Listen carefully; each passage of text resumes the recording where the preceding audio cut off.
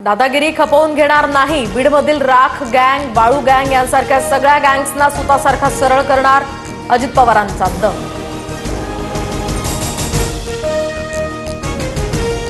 बीडमध्ये अजित पवारांचं जंगी स्वागत। मात्र मला शाल टोपी हार घालू नका, चुलत्याच्या कृपेने माझं बरं चाललंय, कुणाच्या पायाही पडू नका। आजचे पुढारी पाया पडायच्या लायकीचे नाहीत, अजित पवारांचं विधान।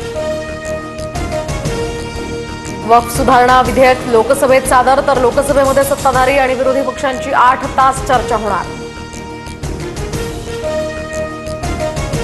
हा फक्त संपत्तीच्या नियोजनाचा विषय। रेल्वे आणि लष्कराची जागा ही देशाची जागा असते, मग वक्फची जागा खासगी असू शकत नाही। किरण रिजिजू यांचं सभागृहात म्हणणं, तर रिजिजू बोलत असताना विरोधक आक्रमक।